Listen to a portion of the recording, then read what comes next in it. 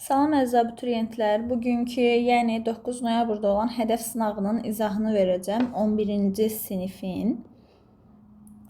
sinifin digər videolarda digər siniflərin izahını verəcəm. Sınavda iştirak eləməyənlər də ekran görüntüsünü alsın və mətni oxusun, sonra suallara baxsın. Birinci mətnimiz Fənərçi Baba mətnidir. Fənərçi Baba bədii üslubda olan bir mətndir. Bilirik ki, birinci deməli mətnlərimiz iki üslubda düşür. Bədii və publisistik üslubda, bu da bədii üslub oldu. İndi baxırıq birinci suala. Çərçivədəki nümunə mətnin üslubu ilə doğru fikirləri seçin. İndi mətnin üslubu ilə eynidirmi, eyni deyilmi? Buna baxacağıq. Bu şeirdir, nəzmlə yazılmış bir şeirdir və bu da bədii üslubdadır. Yəni eyni deyil variantlarını atırıq. 4-5 getdi. 4-5 atdıqdan sonra bunlar getdi, eləsinə variantımız qalır 1-3. Bəs görək 2 niyə olmaz? 2-də deyir ki, eynidir, eyni olmasını deyir. Amma izahı səhvdir, əsaslandırması səhvdir. Məntiqlilik və ardıcıllıq var deyir. Məntiqlilik və ardıcıllıq bədii üslubun yox, elmi üslubun xüsusiyyətidir. Ona görə 2 də səhv olacaqdır və variantımız 1-3. Birdə deyir eynidir çünki obrazlıq, emosionallıq var, düzdür. Eynidir çünki hər ikisində məcazi növlərindən istifadə edilmişdir. 1-3 variantımız oldu. İkinci suala baxaq. Mətnə əsasən hansı suala cavab tapmaq mümkündür? Baxırıq. A variantı, hadisəni nəql edən şəxs niyə Fənərçi Babadan incimişdi? Mətni oxuduqda görərik ki, hadisəni nəql edən şəxsin Fənərçi Babadan inciməsi yoxdur. Yəni, bu yanlış fikirdir. A variantı səhvdir. Fənərçi Baba nə üçün uşaqlara heç bir kəlmə deyə bilmirdi? Bu da yanlışdır. Niyə görə yanlışdır uşaqlar? Çünki Fənərçi Babanın uşaqlara bir neçə kəlmə deməsi var. Məsələn, deyir ki, ey uşaqlar, buradan başlayır. Sonra deyir ki, dəlisov balalarım, bu nə işdir tutmusunuz? Yəni, burada babanın uşaqlara dediyi sözlər var. Ona görə bu yanlışdır. C-yə baxırıq. Fənərçi Babanın təəssüflənməsinin səbəbi nə idi? Fənərçi Baba təəssüflənir, bəli. Məsələn, baxın, burada deyir ki, təəssüflə dedi. Yəni, təəssüflənib. Təəssüflənib ona görə ki, bu uşaqlar davamlı şüşəni sındırırlar.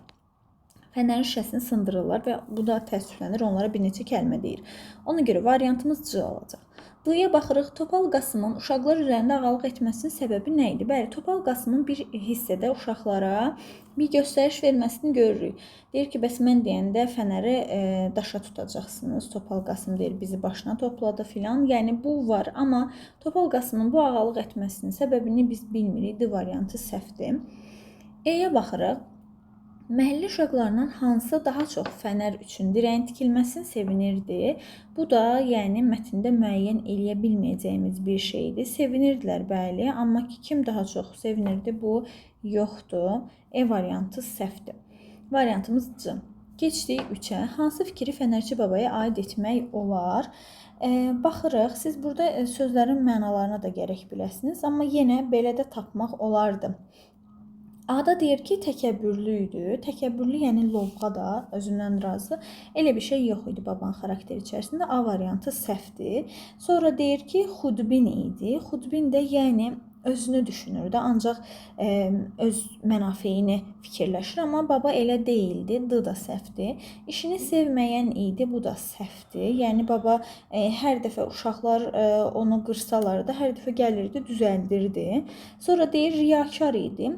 Yəni, ikiyüzlü. Baba riyakar, ikiyüzlü birisi deyildi. Bu da yanlışdır. C-da deyir, sakit təbiətli idi. Bəli, C variantı düzgündür. Məsələn, burada deyir ki, baba, biz deyir, onu sındırırdıq, hər dəfə sındırırdıq. Amma deyir, düzü, baba deyir, bizə heç bir kəlmə demirdi, səssiz idi də. Yəni, sakit, səssiz birisi idi. Sonra artıq təngə gəlir, uşaqlara deyir ki, bunu niyə edirsiniz? Yəni, sakit təbiətli olması var mətndə elə. C variantı olacaq. Mətnin nəticə hissəsi ilə uyğundur, deyir. Mətnin nəticə hissəsi də buradır, uşaqlar. Bura uyğun olan fikri tapırıq. Fənərçi Baba əvvəllər olduğu kimi indi də işini sevə-sevə yerinə yetirirdi. A variantı səhvdir. Niyə görə səhvdir? Çünki burada deyir ki, artıq kiminsə onu yandırmasına ehtiyac yoxdur. Öz-özünə işıq salır, nə kibrit, nə də fənar yağı lazım olur. Heç bir uşaq da onu daşlamır. Yəni, artıq baba bu işi yerinə yetirmir. Fənərin gözləri uşaqlar tərəfindən əvvəl kimi daşa tutulur. Orada son cümlədə deyir ki, heç kim onu daşlamır. Bu variantı da səhvdir. Nə Fənərçi Babaya, nə də başqa şeylərə ehtiyac olmurdu. Düzdür. Deyir, nə fənərə ehtiyac var, nə kibritə ehtiyac var. Yəni, C düzgündür. Sonra D-da deyir ki, uşaqların fənərlə düşməsi davam edirdi. Axı dedik, uşaqlar fənəri daşlamır, ona görə D səhv olacaq. E variantında uşaqlar babanı əziyyətə salmamaq üçün fənəri daşlamırlar. Yox, yəni artıq baba gəlmir axı onu yandırmaq üçün. Yəni babanın əziyyət çəkmə məsələsi də yanlış olduğu üçün bu da səhv olacaq. E variantı da belə getdi. Variantımız C. 5-ci suala baxırıq. Mətndə nəyi ehtimal saymaq mümkündür? Ehtimal, yəni mətndə işarələr var, amma tam keçmir kimi düşünün. Hadisənin baş verdiyi gündə qoca kişinin saqqalı, üzü palçığa batmışdı. Hadisənin baş verdiyi gündə. Hadisə bilirsiniz hansı hadisədən gedir söhbət. Orada deyirik küçə qaranlığı idi. Bəs bir kişi məndən də deyir qoca bir nəfər yolu görə bilməyib çaya yıxılmışdı. Tez özünü yetirdim, deyir onu çıxartdım. Paltarı palçıq su içində idi. Paltarının palçıq su içində olmasını deyir, amma üz gözü ilə bağlı heç bir şey demir. Ona görə əslində ehtimal ola bilər. Amma yenə də saxlayırıq. Digər variantlara baxaq. Səhv olsalar A variantı zaten olacaq bir variantdır. Fənərçi baba dəfələrlə fənərin gözünü düzəltmişdi. Bu düzdür. Bu faktdır. Uşaqlar sındırırdı, bu da gəlirdi, düzəldirdi. Ona görə B getdi. Uşaqlar Hikmətin sözlərinə heç əməl etməyib elədiklərinə davam etdilər. Bu yanlışdır. Hikmət deyir ki, daha bundan sonra heç kim onu daşlamayacaq. Və doğrudan da elə də olur. Deyir, əgər bir uşaq bu fənərin gözünü çıxarsa, biz onu tutacaq, babaya təslim edəcəyik. Bildin deyə Hikmət əlavə etdi və həqiqətən həmin gündən sonra da heç kim fənəri daşlamır. Ona görə bu da faktdır. Burada əməl etməyib deyirdi, amma tam tərsi uşaqlar daha onu daşlamırdı. C variantı getdi, yanlış fikirdir. Topal Qasım uşaqlardan intiqam almaq üçün fənəri hər gün daşlayırdı. Bu da səhvdir. Çünki axı heç kim daşlamırdı fənəri. D getdi. Fənərçi babanın təsirli sözləri heç bir uşağa təsir etmədi. Tam tərsi. Birinci Topal Qasıma təsir eləmədi, amma digərlərinə təsir etdi. Ona görə bu da mətnə görə yanlış fikirdir və variantımız elə olacaq. A variantı. Keçdik açıq suallara. Yersiz əyləncələr bəzi xoşagəlməz hadisələrə səbəb ola bilir. Deyimin mətnin məzmununa uyğundurmu? Fikrinizi cümlə şəklində əsaslandırın. Yersiz əyləncələr, bəli. Yersiz əyləncə nə idi? Uşaqlar davamlı fənərə daşa tuturdular. Kim mahir nişançıdır, bunu müəyyən eləməyə çalışırdılar. Və onların bu yersiz əyləncəsi xoşagəlməz hadisələrə səbəb olurdu. Məsələn, hansı xoşagəlməz hadisələr? Bir babanı əziyyətə salırdılar. Baba davamlı gəlirdi, o fənəri düzəldirdi. Bir bununla bağlı yaza bilərsiniz. Bir də o qoca kişinin çaya yıxılması, palçığa yıxılması ilə bağlı bir şeylər yaza bilərsiniz. Baxın, buradan bununla bağlı bir şey yazmaq olar.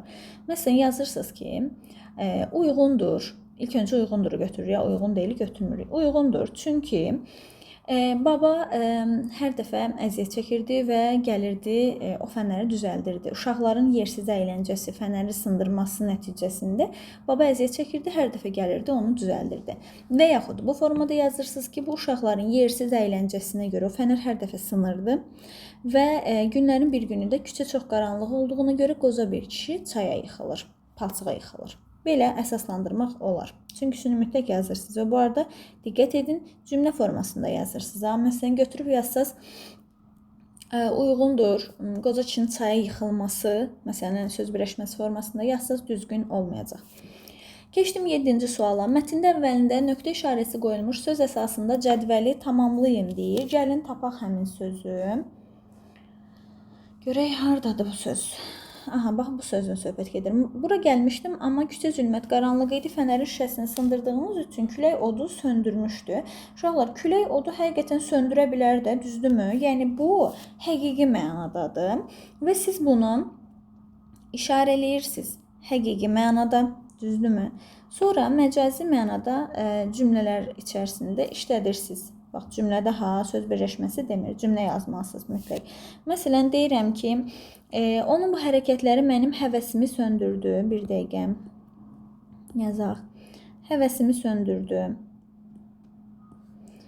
Sonra başına gələnlər onun həyat eşqini söndürüb. Eşqini söndürüb. Və sair uşaqlar. Yəni məcazi mənada. Yetər ki, məcazi mənada işlədin bunu. Belə. Keçdim 8-ci suala. 8-ci sualda deyir ki, mətnə əsasən cədvəldə Səbəb-nəticə əlaqəsinə uyğun fikirlər yazın. Səbəbdə verib ki, Topal Qasımın sözündən sonra Fənərin bütün gözlərini sındırdıq. Gəlin bunun mətnin hansı hissəsində keçib ora baxaq. Çünki səbəb-nəticədə biraz diqqətli olmaq lazımdır. Yəni birbaşa səbəb-nəticəni tapmaq lazımdır.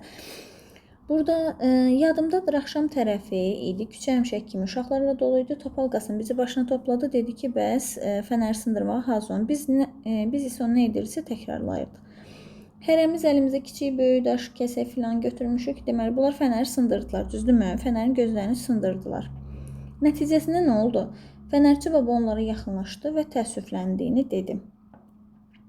Bura yazırsınız ki, Fənərçi baba, bir dəqiqə tez yazaq, onlara yaxınlaşdı, təəssüfləndiyini dedim. Nəsə, yəni bunu belə yazırsınız. Daha sonra keçirik digərində. Digərində nəticə verib səbəbi siz tapırsınız. O gündən sonra heç kim fənərə dəyib toxunmadı. Niyə görə fənərə dəyib toxunmadılar? Çünki baba onlara təsirli sözlər dedi. Təsirli sözlər dedi. Ona görə də bu uşaqlar da fənərə dəyib toxunmadı. Amma gəlin yenə də mətndə tapaq həmin hissəni. Bəsdir axmaq, baba düz deyir filan, bunu yazırıq. Fənərçi baba kiçik nərdivan kürəyini alıb qaranlıqda gözdən itdi. Yəni, həm Hikmətin sözlərlə əlaqələndirmək olur. Burada bir ümumi nəticəyə gəlirik. Babanın sözlərinə, məsələn, baba onlara təsirli sözlər dedi və yaxud qocanın yıxıldığını eşitdilər. Daha sonra peşman oldular da bu hərəkətlərindən. Amma ümumi olaraq yaza bilərik ki, baba onlarla söhbət etdi, onlara təsirli sözlər dedi və o gündən sonra heç kim fənərə dəyib toxunmadı. Çünki onların fənərə dəyib toxunmamasının əsas səbəbi babanın onlarla danışması idi. Bunu yazmaq olar. Keçirim 9-cu suala. Mətnə əsasən cədvələ uyğun fikirlərlə doldurun deyir. Topal Qasım və Hikmət. Hikmət hansı obraz idi? Baxaq burada. O deyir, dəyməyin daha bundan sonra. Bax bu. Hikmət bu idi. Topal Qasım isə uşaqları başına yığırdı, deyirdi daşlayın. Hətta baba təsirli sözlər deyəndən sonra Topal Qasım orada qışqırır ki, deyir yalandır, yalandır. Yəni babaya qulaq asmaq istəmir. Məsələn, nə yazmaq olar? Uşaqlar üzərində ağalıq edirdi yaza bilərsiniz. Uşaqlar üzərində ağalıq edir. Babanın sözlərinə inanmır. Məsələn, babanın sözlərindən təsirlənmir.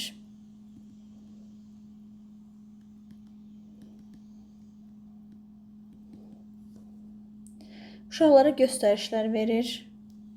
Göstəriş verəsində tam yazamırıq, çünki Hikmət də onlara deyir ki, bundan sonra heç kim onu sındırmasın. Yəni, bunu yaza bilərik. Baxın, Topal Qasım burada qışqırır, yalandır, yalan deyirsən. Yəni, babanın sözlərindən təsirlənmir, babanın yalançı olduğunu deyir. Bunları yaza bilərik. Sonra Hikmətə nə yazırsınız? Hikmətə də yazırsınız ki, babanın sözlərindən təsirlənir. Baxın, bunun ziddini olaraq yazırsınız ki, babanın sözlərindən təsirlənir. Və yaxud başqa nə yazmaq olar? Məsələn, deyirəm ki, hətta onun nitqini də yaza bilərik ki, kimsə bundan sonra əgər fənəri daşlasa, onu tutub babaya təslim edəcəyini bildirir. Belə, bu cümləni götürüb yazmaq olar bura və sualınız da düz olacaq. Keçdik 10-cu suala. 10-cu sualda deyir ki, mətnin əsas hissəsinə aid cədvələ tamamlayın. Problemin həllində rol oynamışız Fənərçi baba. Onu özü yazıb artıq Fənərçi baba olmasını. Problemimiz nə idi? Davamlı şüşənin sındırılması. Şüşənin sındırılması. Problem bu idi. Problemi həll edəndə Fənərçi baba oldu. Belə. Deməli, bu mətni yazmaq olardı uşaqlar. Ümid edirəm ki, hamısından düz yazmış olarsınız. Keçdi ikinci mətnimizə. İkinci mətnimiz Azərbaycan radiosu mətnində. Əgər o mətn bədii üslubdasa, bilirik ki, bu da publisistik üslubda olacaq. Belə, mətni yenə belə saxlayıram. Oxuyun, sonra suallara bir-bir baxaq. Birinci suala baxaq. Yəni 11-ci suala. Publisistik mətninizlə bağlı Azərbaycan Radiosu 11-ci sual. Hansı fikir mətnin heç bir abzasına aid tezis ola bilməz? Tezis yəni faktlarla isbat edəcəyimiz bir fikirdir. Şərqdə ilk radio Azərbaycan radiosu idi. Bu elə var idi burada. Deyir, Şərqdə ilk radio ilk dəfə Azərbaycanda 1926-cı il 6 noyabrda yaradılıb. Deməli var. İsbat edirik ki, bəs doğrudan da Azərbaycanda idi, 1926 6 noyabrda yaradılıb. Belə, A variantı tezisdir. 20-ci əsrin 30-cu illərin əvvəllərində radioya yalnız şəhərdə deyil, kəndlərdə də qulaq asmaq imkanı yarandı. Baxaq 30-cu illərin əvvəlləri hardaydı? Deməli 1932-ci ilin sonunda onların sayı 20.409-a çatmışdı. Həmin dövrdə artıq radio mənzillərə, fəhlə klublarına ayaq açaraq mədəniyyətin inkişafına özünə məxsus rol oynamağa başladı. Kəndlərə tapaq bir dənə varmı? 1933-cü ildə, baxın burada deyir ki, bu dövrdə, yəni 33-cü ildə texniki vasitələrin inkişafı Azərbaycanın ucqar kənd və rayonlarının sakinlərinə də radioya qulaq asmaq imkanı yaratdı. Deməli, yazmaq olar. 1933-cü il ilə 30-cu illərin əvvəlləridir. B variantı da faktlarla isbat edildi. C-yə baxırıq. Azərbaycan radiosunun verilişləri təkcə ölkə daxilində eşidilmirdi. Bu da mətndə var idi. Bunu da çıxardırıq. Məsələn, görək harada deyirdi ki, digər ölkələrdə bundan təsirlənirdi. Elə burada deyir ki, 36-cı ildə Bakıda 35 kilovat, nəsə Azərbaycan radiosunun verilişləri Qafqazda, Özbəkistanda, Türkmənistanda, hətta Qaradənizin şərq sahillərində də eşidilirdi. Bunu da yaza bilərik. 21-ci əsrdə radio nöqtələrinin sayında xeyli dəyişiklik baş verdi. 21-ci əsrdə, uşaqlar, əgər kimsə əsrləri yanlış bilmiş olsa, bu sual səhv yazacaq. 21-ci əsr yox, artıq 20-ci əsr deməli. Burada 21-ci əsrlə bağlı heç bir şey yoxdur. 1940-la bitir son ilimiz. O da 20-ci əsrin 40-cı illəridir. Ona görə D variantı səhv olan fikirdir. Heç bir abzasada tezis ola bilməz. Radionun töhfələri onun sayı ilə də bağlıdır, düzdür. Onun sayı çox olduqda, deyir 51 minə çatdı. Bununla da radio daha çox töhfələr vermiş oldu. E variantı da tezisdir, getdi. Variantımız D. Mətn strukturu ilə bağlı doğru fikirləri müəyyən edin. Struktur, yəni giriş, əsas, nəticə olsun, abzaslarla bağlı olsun, bunu nəzərdə tutur. Daha məzmunu nəzərdə tutmur struktur. Baxırıq, birincidə deyir ki, sonuncu abzas mətndən çıxarılsa, mətndə natamamlıq yaranır. Sonuncu abzasımızı fərz edin çıxartdıq. Yəni 1940-cı ili çıxartdıq. Demədikdən deyir ki, Türkmənistanda, hətta Qaradənizin şərq sahillərində də eşidildi. Bununla bitirdik. Burada heç bir sıxıntı olmaz. Yəni nə olacaq ki, variantımızda ona görə doğruları istəyirdi. Bunu götürməliyik. Bir səhvdir. Mətnin nəticə hissəsi 2 abzasdan ibarətdir. Nəticə hissəsi onsuz da balaca bir cümlədən ibarətdir. Ona görə bunu necə 2 abzasa bölək? 2 də yanlış olacaq. 1-2 olan variantı atacağım. Yenə də əslində atanda çıxır variant. 3-4 qalacaq B variantı. 3 və 4-cü abzasların yeri dəyişdirilməlidir. Mətni oxuduqda mən diqqət etmişdim buna. 3-cü abzasda baxın. Deyir 1929-cu ildə bəs köçürülüb də, onun binası köçürülüb və iş şəraiti yaxşılaşıb. 4-cü abzasda deyir ki, ilk dövrdə Bakı studiyası indiki İstiqlaliyyət küçəsi 10 ünvanında yerləşən Azərbaycan Milli Elmlər Akademiyasının əsas binasının 3-cü mərtəbəsində cəmi 3 otaqda fəaliyyət göstərirdi. Birinci bunu deməlidir. Sonra deməlidir ki, köçürüldü. Ki, yəni onun binası köçürüldü başqa bir binaya. Yəni 4 ilə 3-ün yeri dəyişik olmalıdır. Ona görə 3 düzgündür. 3-cü, 4-cü abzasların yeri dəyişdirilməlidir. Mətnin abzasları arasında ardıcıllıq gözlənməyib, belə 3 ilə eyni bir şeydir. Bunu da götürürük. 3, 4 rahat sualı idi. B variantı. 7 və 8-ci abzaslar birləşdirilməlidir. 7-ci abzasda 1936-cı ildəki hadisələrdən, 8-ci abzasda 1940-cı ildə olan hadisələrdən danışılır. Ona görə bunların niyə birləşdirilməsinə ehtiyac olsun ki? Variantımız B variantı oldu. 13-cü sual. Mətn əsasına dəqiq demək olar, mətn əsasına təxmin etmək olar. Dəqiq demək və təxmin etmək. Yenə mətnə qayıdacağıq. Şərqdə yaranan ilk radio Azərbaycan radiosudur. Birinci cümlə. Düz götürəcəyik. Biri düz götürdük. 20-ci əsrin 20-ci illərində bütün Azərbaycan rayonlarında radio dalğası var idi. 20-ci əsrin 20-ci illərində elə bir şey olmaz təbii ki, çünki hissə-hissə yayılır.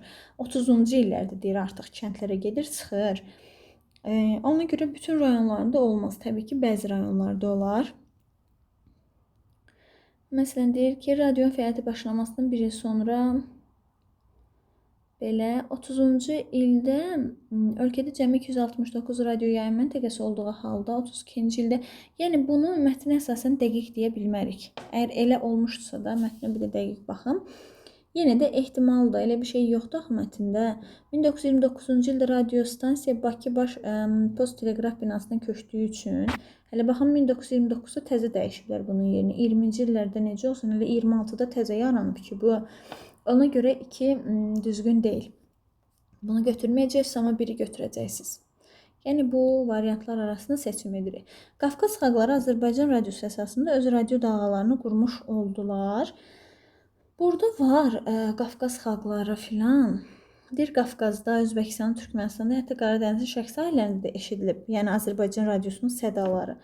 Amma yəni onlar öz radiolarını Azərbaycan radiosu əsasında qurmuş oldular. Fikrin mətndə belə bir cümlə keçmir. Ehtimal eləyə bilərik, amma yoxdur mətndə. Ona görə 3-də yanlışdır. 3-də yanlışdırsa eyni də atırıq. Qaldıq 1-4-5, 1-4 arasında. Mətnə əsasən təxmin etmək olar. 20-ci əsrin birinci yarısının sonunda baş verən müsbət dəyişikliklərlə bağlı olaraq Azərbaycanın əksər rayonlarında yerli radio verilişləri fəaliyyətə başladı. 20-ci əsrin birinci yarısının sonunda. Birinci yarısı, yəni 1950-ci illərə qədər. Sonları, yəni 1940-lar, 45-lər, 30-lar filan, yəqin 30-dan sonrakılar nəzərdə tutulur. Deməli, görək harda var bu. Əslində təxmin etmək olar deyir də, yəni ehtimal edə bilərik ki, 40-cı illərdə radio nöqtələrin sayı 51 minə çatdı, radio çoxlu töhfələr vermiş oldu və deyirik ki, Azərbaycanın artıq əksər rayonlarında yerli radio verilişləri fəaliyyətə başladı. Bu ehtimal olar, təxmin olar. Bunu götürürük elə, onsuz da götürəcəyik biz bunu. 1-4, 1-4-5 qalıb variantımız. Bakıda radionun fəaliyyətə başlaması ilə televiziyanın inkişafı sürətləndi. Televiziyadan ümumiyyətlə danışmayıb. Şərqdə ilk radio ilk dəfə Azərbaycanda 1926-cı il 6 noyabrda yaradılıb deyir. Yəni televiziyanın inkişafı sürətləndi fikrini, ehtimalını mətndən çıxara bilmərik. Yaxı heç onunla bağlı heç bir şey demir. Amma yenə bir də mətni tam gözdən keçirim. Mətnə baxdım. Mətndə televiziya ilə bağlı bir şey yoxdur. Ona görə bunu necə bir təxmin edeyim? Özümüzdən gətirib burada hər hansı bir şey yaza bilmərik. Yaxı mətndən çıxaracağımız bir şey olmalıdır. Ona görə bu yanlış olar. Variantımız 1-4-5 olmaz. 1-4 olar. Yəni düzgün fikir budur. Məncə uşaqların əksəriyyəti bunda çaşacaqlar. C variantı oldu variantımız. 14-cü suala baxırıq. Mətnin tərkib hissələrinə əsasən uyğunluğu müəyyən edin deyir. Giriş, əsas və nəticə hissə ilə bağlı. Azərbaycan radiosunun səsli salnamə adlandırılması. Baxaq, görək harda səsli salnamə adlandırılırdı. Deyir ki, Azərbaycan radiosu haqlı olaraq səsli salnamə adlandırılır. Bunu girişə yazmaq olar. Girişə yaza bilərik. 1-ə A gedər. Radio nöqtələrin sayının ən yüksək rəqəmə çatması, bu 51 min məsələsi var. Bax, ən yüksək rəqəm bu idi. Bu gedir nəticəyə. B variantı getdi nəticəyə. Həm sabit, həm də daşına bilən radio qurğularından istifadə edilməsi. Uşaqlar, burada sözlərin mənalarını çox-çox yaxşı bilməlisiniz. Niyə görə? Həm sabit, həm də daşına bilən radio qurğularının istifadə edilməsi fikri mətndə var idi. Gərək siz sözlərin mənasını da biləsiniz ki, ayırd eləyəsiniz hardaydı bu. Bir dəqiqə test tapaq bir dənə bunu. Səyyar filan sözləri keçmişdi. Bir dənə saxlayaq videonun sözləri tapaq. Baxın, burada deyir ki, 110 stasionar və 36 səyyar radio qurğusu fəaliyyət göstərirdi. Stasionar, yəni stansiyası filan var da, sabit bir yerdədir bu. Və bu sabit deməkdir. Səyyar isə bilirik. Səyyar sözünü daşına biləndə, yəni bir yerdən başqa bir yerə aparırlar. Məsələn, səyyar ticarət filan deyirik. Yəni bir yerdə qərar tutmayan, dayanmayan. Ona görə bu var və hansı hissədə oldu? Nəticə, daha doğrusu əsas hissədə. 1-ə A, 2-ə C, 3-ə B variantlarının olduğu bir şeyi tapaq. Deməli, A variantı da var. Məsələn, D variantı getdim. C variantı da getdim. Görək nə olar variantımız. Belə. Bir dənə burada, D-yə baxaq. Radio verilişlərinin vaxtının 10 saata yaxın olması. Radio verilişlərinin vaxtının 10 saata yaxın olması görək harda idi. 10 saata yaxın olması deyir ki, 1933-cü ildə Azərbaycan radiosunun gündəlik verilişlərinin həcmi 9,5 saata çatdı. 9,5 saatda, yəni 10 saata yaxın edir və bu da əsas hissədə idi, yəni CD gedəcək əsas hissəyə. Təkcə Bakıda yox, ətraf yaşayış yerlərində də radioya maneəsiz qulaq asmaq imkanı. Təkcə Bakıda yox, ətraf yaşayış yerlərində də. Məsələn, baxın, burada deyir ki, həmin dövrdə artıq mənzillərə, fəhlə klublarına, yəni artıq bu fərqli yaşayış yerləridir də, düzdürmü? Və ayaq açaraq mədəniyyətin inkişafında özünə məxsus rol oynamağa başladı. Belə. Sonra məsələn, kənd və rayonları da götürə bilərik. Bu da əsas hissədir və ona görə 1-ə A, 2-yə C, D, E, 3-ə B variantı olacaq. Variantımız nə? A variantı. Belə. 15-ə baxaq. Mətn əsasən doğru fikirdir. Avropa ölkələrində də Azərbaycan radiosunun əvəzsiz xidmətləri olmuşdur, deyir. Avropa ölkələrindən danışmırdı, ona görə variantı səhvdir. Azərbaycanın ən uzaq rayonlarında, yəni Daşkəsən, Lerik, Gədəbəydə radio simsiz işləyirdi. Bunu bir dənə saxlayaq, baxarıq. Sonra 1991-ci ildə Azərbaycan müstəqillik qazandıqdan sonra radio işlərində mükəmməl işlər görülmüşdü. Mətndə belə bir şey yox idi. 1991-ə gəlib çıxmadıq. C variantı səhvdir. Çünki onsuz elə 91-ci ilə çatmazdan öncə də radio işlərində yaxşı işlər görmüşlər. Yəni 51 minə çatmışdı onun sayı. Mədəniyyətin inkişafında radionun mühüm xidmətləri olmuşdur. Mədəniyyətin inkişafında radionun mühüm xidmətləri olmuşdur. Bu elə var idi. D variantı. İndi Daşkəsən, Lerik, Gədəbəy hissəsinə baxaq. Onların heç ümumiyyətlə adları çəkilmirdi, amma yenə də baxaq da. Burada adları çəkilən Özbəkistan, Türkmənistan, Qaradəniz filandır. Yəni Daşkəsən filan adı çəkilmirdi mətndə. Ona görə elə bu variantı səhvdir. Çıxardaq bunu da. Radio və televiziya eyni vaxtda yaranmışdır. Bu da səhv olacaq. Elə variantımızdır. Mədəniyyətin inkişafında radio mühüm xidmətləri olmuşdu. Bu da var idi. Elə deyir ki, fəhlə klublarına ayaq açaraq mədəniyyətin inkişafında özünə məxsus rol oynamağa başladı. D düzgündür. Mətnə əsasən keçdim 16-cı sualla. Mətnə əsasən cədvəl tamamlayın. Buraxılış suallarının olmazsa olmaz suallarından biridir. Müddəa fakt məsələsi, tezis məsələsi. Azərbaycan radiosunun verilişlərinin yayımı yalnız ölkə daxilində eşidilmirdi. Yəni, başqa yerlərdə də eşidilirdi. Ora nəyə yaza bilərsiniz? Həmin o Qafqaz, Özbəkistan adları keçirək. Bax, o cümləni yaza bilərsiniz. Qafqazda, Özbəkistanda. Yəni, həmin cümləni tez tapaq bilən buradan. Deyir ki, Qafqazda, Özbəkistanda, Türkmənistanda, hətta Qaradəniz və Şərq sahillərində də eşidildi. Bunu yaza bilərik. Keçdim 17-ci suala. Söz informativ funksiya daşıyır, poetik funksiya daşıyır və digər funksiyada informativdirsə poetik, poetikdirsə informativ funksiyada işlədin. Üzərində rəqəm yazılmış sözlərimizi tez tapaq. 2 dənə söz var. O qədər qırmızılamışam ki, artıq rəqəm yazılan sözləri görə bilmirəm burada. Görüm hansıdır o rəqəm yazılmış sözlər. Bir dənə yenə videonu saxlayayım, həmin sözləri tapım. Aha, uşaqlar, sözlərimizdən birisi bağlayıb sözüdür. Biraz qara ilə eləyək ki, yaxşı görsün. Biri də böyük sözüdür. Bağlayıb böyük. Deyir ki, qeybdən gələn səs insanları özünə bağlayıb. Yəni, bu məcazi mənadadır. İnsanlar da ip atıb özünə bağlayası deyil ki, həmin o radio. Məcazi mənadadır. Bir də böyük bir irəliləyiş var. Bu da məcazi mənadadır. O zaman necə yazırıq? Hər ikisini nə götürürük? Poetik. Məcazi mənadadırsa poetik funksiyadadır. Düzdürmü? Poetik funksiya götürdük. Deməli, siz bunu informativdə cümlədə işlədirsiniz, yoxsa funksiya deyir. Yəni, cümlədə yazsaz düzdür, söz birləşməsi də yazsaz düzdür. Məsələn, nə yaza bilərik? Deyirəm ki, gözə sözlərimizin bir dənə tez baxım. Bağlamaq bir də böyük. Məsələn, yazırsınız, bina çox böyük idi. Sonra, məsələn, o ipləri bir-birinə bağladı. Yəni çox şey yazmaq olar uşaqlar. Bura mən sadəcə örnək olaraq verdim. Yəni mütləq amma struktur belə olmalıdır. Poetikləri də götürməlisiniz, informativdə cümlə və yaxud nümunə daxilində yazmalısınız. Keçdik 18-ci suala. Mətndə tündqara hərflərlə verilmiş cümləyə əsasən sxemi tamamlayın və seçiminizi əsaslandıran bir cümlə yazın. Baxırıq.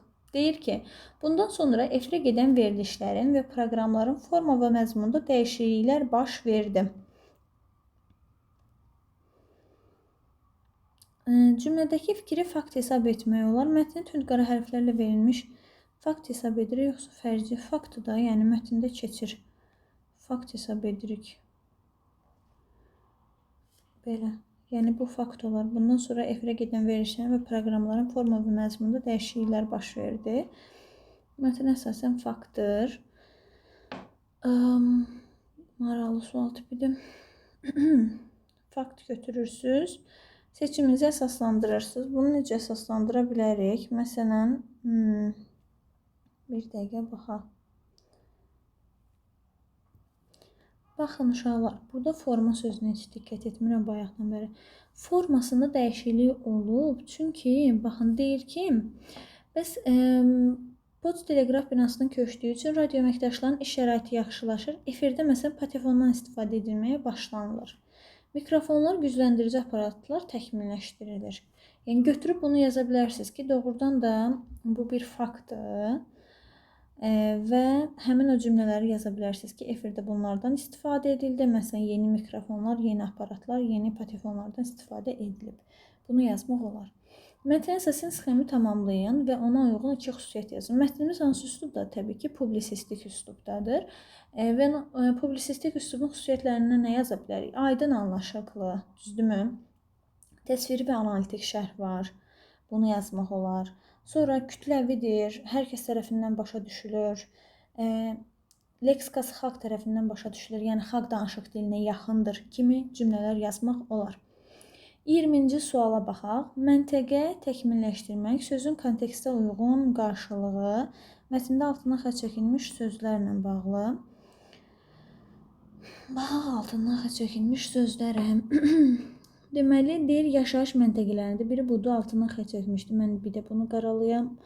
Sonra yaşayış yerləri də, yəni. Digərini tapa bilmirəm. Daha özü verib deyə oradan çıxış edəcəm. Məntəqə, yəni məntəqəyə nə yazırıq? Yaşayış yerləri, mənzil də yaza bilərik. Yaşayış mənzilləri, binaları yazmaq olar. Təkmilləşdirməkdə inkişaf etdirməkdir də, yəni. İnkişaf etdirmək yazmaq olar. Təkmilləşdirmək, inkişaf etdirmək. Uşaqlar, mətnlərin izahları ilə bağlı bu qədər. Keçək indi qrammatika suallarına. Görək qrammatika sualları necədir? Mətnləri yazmaq olardı. Yəni məncə çox az səhv eləyərsiniz. Bəlkə yəni 1 səhv, 2 səhv ola bilər, amma o da diqqətsiz olsanız. İndi baxaq qrammatika suallarına. Deyir ki, altından xətt çəkilmiş isimlərdən adlıq halda olanları müəyyən edin. Sözün düzünü zarafatla deyərlər. Sözün düzü, düzdürmü? Bu mənsubiyyətdir. Bu da yiyəlik halda olan sözdür. Ona görə bir çıxır variantlar içərisindən B getdi. Bivəfanın müxənnətin nakəsin doğru sözün düz ilqarın görmədim. Doğru sözünü düz ilqarını görmədim. Buradakı ü deməli mənsubiyyətdir, amma biz həmçinin qeyri-müəyyən təsirli deyirik buna. Çünki təsirlinin şəkilçisində əlavə eləmək olur. 2 də səhvdir. Getdim. E variantda getdi. Sözün el-obada insanlar arasında gəzir. Buradakı ünün yiyəlik mənsubiyyət olmasını müəyyən eləmək üçün əvvəlinə yiyəlik halda olan əvəzliklər artırırıq. Sənin sözün el-obada insanlar arasında gəzir deyə bildiyim üçün buradakı ün mənsubiyyətdir və başqa şəkilçi artıra bilmirəm. Ona görə adlıq halda olur. 3-ü götürdük. Davam edək 4-lə. Sözün yerini bil və harada danışdığına fikir ver. Sözün yeri, bu da yiyəlik haldadır. 4-ü də atırsınız. Getdi bu variantda. Sözün heç kimə təsir etmir. Sənin sözün heç kimə təsir etmir. Bu da mənsubiyyətdir və yalnız mənsubiyyət var. Adlıq hal. 3-5 A variantı. Hansı bənddə numerativ söz işlənməmişdir? Numerativ söz sayla isim arasında gələn sözdür və görək harda işlənməyib. Oğlu anasının gözünə 2 damcı dərman tökdü. 2 say dərman isim, damcıda numerativ söz. Burada işlənib. Bir adam belə bizə yaxınlaşmadı. Bir adam belə bizə yaxınlaşmadı. Burada yoxdur numerativ sözümüz. Məsələn, nəfər olsaydı götürərdik. Bir nəfər adam belə bizə yaxınlaşmadı. 2 göz otaq, 2 say otaq isim, gözdə olacaq numerativ söz. C getdim. 2 cüt corab, 2 say corab isim, cütdə numerativ söz. D getdi. 5 say kitab isim, dənədə numerativ söz getdi. Variantımız B oldu. Sonra 23-cü sual. O ceyran baxışlı, baxdı uzaqdan deyə bir şeir verilib bizə. Bununla bağlı tapmalıyıq. Şeir barçasına bağlı doğru fikirlər istəyir. Birinci misrada yazılışı tərəfindən fərqlənən söz yoxdur. Baxaq, o ceyran baxışdı. Baxdı uzaqdan. Bu xıya çevrilir. Bu da baxışdı deyirik. Və var. Ona görə A səhvdir. İkinci və üçüncü misrada mənsubə şəkilçili sözə rast gəlinir. Canımı odlara yaxdı nahaqdan, mənim canımı deyirik. Var, mənim canımı burada var mənsubiyyət. 100 il də dolanıb keçsə o vaxtdan, 100 il də dolanıb keçsə o vaxtdan, amma üçüncü misrada yoxdur. Bu səhvdir. Sayın 2 məna növündən istifadə edilmişdir. Sayın 2 dənə məna növü var, bilirik. Miqdar və sıra sayıları. 100 il miqdar sayıdır və sıra sayı yoxdur. C da getdim. Bu da deyil. Sonuncu misradakı əvəzliyin amonimliyi olmasa da, amonimliyi olmasa da, birinci misradakı əvəzliyin amonimliyi mövcuddur. Düzdür, mənin amonimliyi yoxdur, amma onun amonimliyi var. O ceyran baxışlı. Burada işarədir. Onun şəxs əvəzliyi kimi bir amonimi də var. Variantımızdır. Daha sonra iki şəxs əvəzliyi işlənmişdir. Burada bir dənə şəxs əvəzliyimiz məndim. Bu da işarədir. O vaxtdan bu da işarədir. Ona görə bu da deyil. D variantı olar. Keçək uşaqlar 24-cü suala. Hansı cərgədəki sifətlər bir-biri ilə sinonimdir? Sifətlər deyir. A variantında tanınmış fe'li sifət getdi. B variantında qüvvə, güclü, qüvvə isimdir, getdi. C variantında dolu, yarımçıq, yəni bunlar sinonim deyil də, fərqli şeylərdir, antonimdir daha doğrusu. C variantı getdi. Xəbərçi, xoş xəbər, bu da düzgün deyil, D variantı getdi. İstiqanlı, mehriban, E variantı sinonim sifətlərdir. Həmçinin A variantında tanınmış və mahir sözləri də, yəni sinonim ola bilməzlər də. Mahir başqa bir şeydir, işdə peşəkar mənasındadır. Tanınmış isə, yəni məşhur mənasındadır. Ona görə A variantı da olmazdı heç. Sonra 25. Cədvəldəki uyğunsuzluğu müəyyən edin. Cümlədəki birinci və sonuncu isimlərin halları eynidir. Cümlədəki birinci və sonuncu isimlərin halları müxtəlifdir. Gəlin birinci isimləri tapaq, birinci, sonuncu isimləri. Birinci nümunədə bizimkilər birinci isimdir. Müsabiqə sonuncu isimdir. Bizimkilərin, buna bir də müsbət qoyaq, buna mənfi qoyaq. Bizimkilərin yiyəlik halda, müsabiqənin də yiyəlik halda. Qalib sözdə uşaqlar isimləşmiş sifətdir. Ona görə götürmürük. Burada doğrudan da hallar eynidir, uyğunsuz deyil. Biri atdıq. Asfalt isim, səki isim. Asfalt yol. Bilirik ki, sifətləşən isimlər hər zaman adlı halda olurlar. Bu adlı haldır. Səki də adlı halda qoşma ilə işlənib. Bu da adlıqdır, halları eynidir. 1-2-ni çıxartdıq variantlardan. Oğlum, bağlamanı sabah evdəkilər aparmalıdır. Oğlum adlı haldadır, bağlamanı təsirli haldadır. Evdəkilər də sifətdir, buna heç baxmırsınız. Sabahda zərfdir. Deməli, bunların halları fərqlidir. Bizə eyni sütundakı fərqli halları verib. Ona görə bu səhvdir, bunu götürəcəksiniz.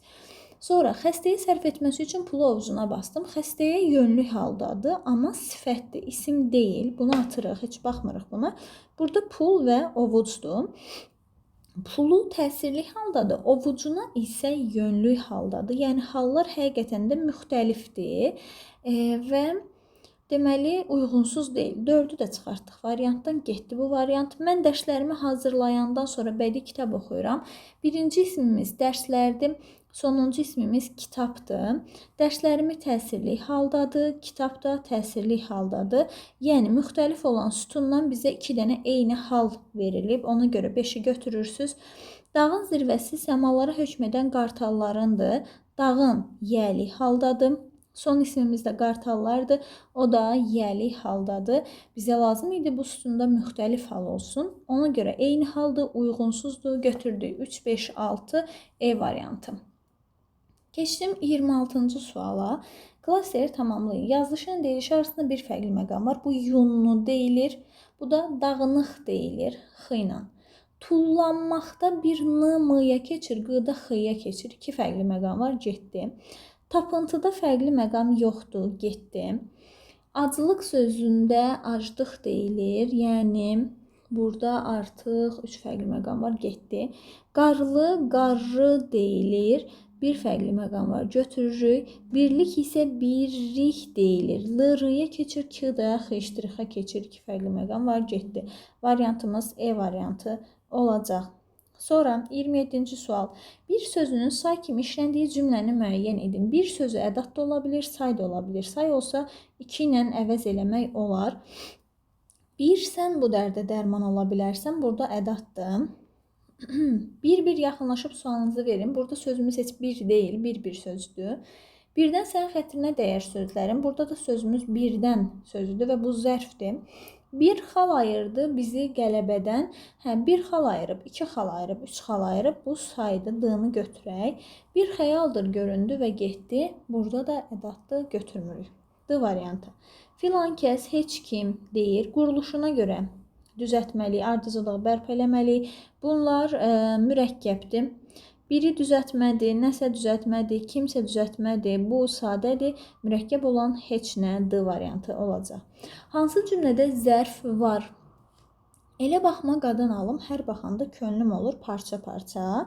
Burada elə sözü əvəzlikdir, düzdürmü? Zərfə əvəzlidir, amma nitq hissəsi olaraq da əvəzlidir. Digər əgər parça-parça sözündə çaşmış olsunuz, burada da sözümüz parça-parça olmaq sözdür, yəni feildir. A variantında yoxdur. Yaxşı sözə qulaq asarlar.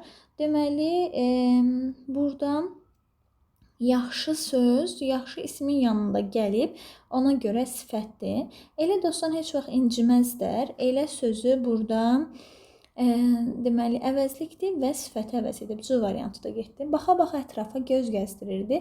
Baxmaq sözü AA var burada. Bu feili bağlamadır. D variantı da getdi. Ətrafda isimdir. Uşaqlar çaşıb götürməyin bunu. D variantı olmaz. Rayonda onun şərəfinə konsertlər təşkil olunmuşdu. Uşaqlar, E-yə keçməzdən öncə mən burada heç vaxtı gözdən qaçırdım. Heç vaxt var burada. Tez bunu düzəldək. Eləyə diqqət elədim, heç vaxtı görmədim. Heç vaxt zaman zərfidir. Variantımız C olar elə. Sonra E-yə baxırıq. Rayonda isimdir. Onun şərəfinə konsertlər təşkil olunmuşdu. Bu da olmaz. Variantımız C oldu. 30-cu suala baxırıq. Tərkibinə görə təhlili 3 cür düşünülə bilən sözü müəyyən edin deyir. Baxaq. Qaçaq sözü birincisi qaç sözün kökü aqleksik şəkilçi kimi düşünülə bilər. Həmçinin qaçaq sözü arzu və əmr şəklində də belə də düşünülə bilər. Bir də əmr şəklində də olsa bir dəqiqə belə düşünüləcək. Yəni, bir də leksik şəkilçi kimi burada yazdım. Biri götürürük. Sonra baxaq sözünü 2 cür düşünürük. Yenə. Bir belə, bir də bütöv. Belə. 2 cür düşünürük. 3 getdi. Yanaq sözünü bir var, yanmaq feili, aq, bir belə əmr şəkli. Bir də belə götürsəm arzu şəkli. Bir də yanaq sözü sadə söz də ola bilər də. Yəni yanaqları məsələn qırmızıdır desəm, elə də düşünə bilərik. 1-2-ni götürə bilərik. Variantımız elə olacaq. A variantı uşaqlar. Belə uşaqlar bu qədər. Ümid edirəm ki, yüksək ballar yığarsınız və unutmayın ki, bu sınaqlardan siz sadəcə sınaqlarda özünüzü yoxlayırsınız, dərs çıxarırsınız, zəif tərəflərinizi bilirsiniz, güclü tərəflərinizi bilirsiniz. Əsas məsələ əsas buraxılışa köklənmək, daha yaxşı hazırlaşmaqdır. Sağ olun, hələlik.